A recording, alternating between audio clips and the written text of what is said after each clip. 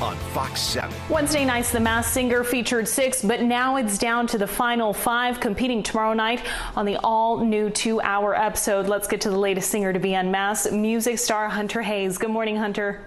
How are you? Thanks for having me on. I appreciate it. Yeah, absolutely. So excited to talk to you. So you were the astronaut, Hunter. I think there were a lot of people who were surprised to see you go so early. I appreciate you saying that.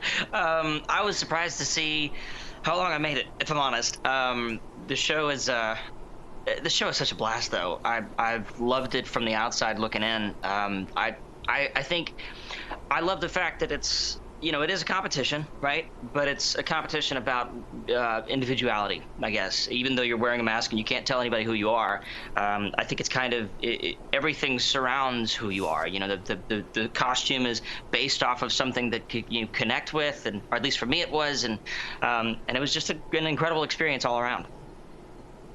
Right, and you talk about connecting, and so a lot of people out there who maybe didn't watch the show are probably thinking, well, what does an astronaut have to do with Hunter Hayes? But for those of us that have been watching, we know that you were kind of all in this for a new world experience. Is that correct? Yeah, I'm sort of in a brilliant chapter that I'm very grateful to be in, where my last album that I put out in August of last year was the beginning of a trilogy, and it's all about flying, it's all about freedom, it's all about weightlessness.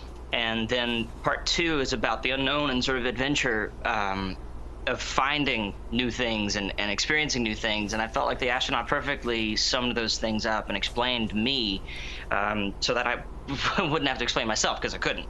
And I don't know, I think it gave me a chance to try a bunch of new things, for sure. It was a great sort of exercise between, you know, my vocal training. You know, my voice has changed a lot over the years, and I think this gave me a great chance to sort of find that voice and really hone in on what it, you know, on what it is now, and learn some dance moves, learned how to breathe in a mask. So it was good. It was good training.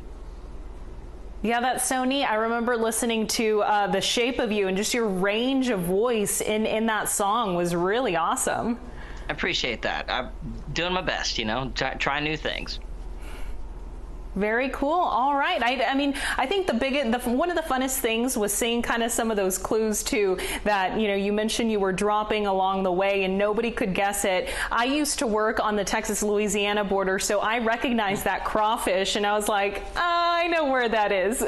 Nice, nice. Very cool. All right. So what's next for you from here? What's after The Masked Singer?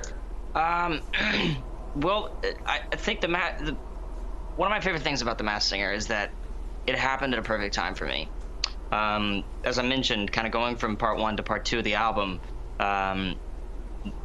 part 2 I started in LA and was working on while I was filming the show, so that was kind of my alibi for friends that were asking what I was doing in Los Angeles. But now I think we're kind of just doing the best with what we got, right? We're working from home, so this gives me a chance to really dive into that album and finish it. And we're nearing the finish of the first couple tracks that I think are going to come out, and hopefully we'll make a decision in the next couple weeks.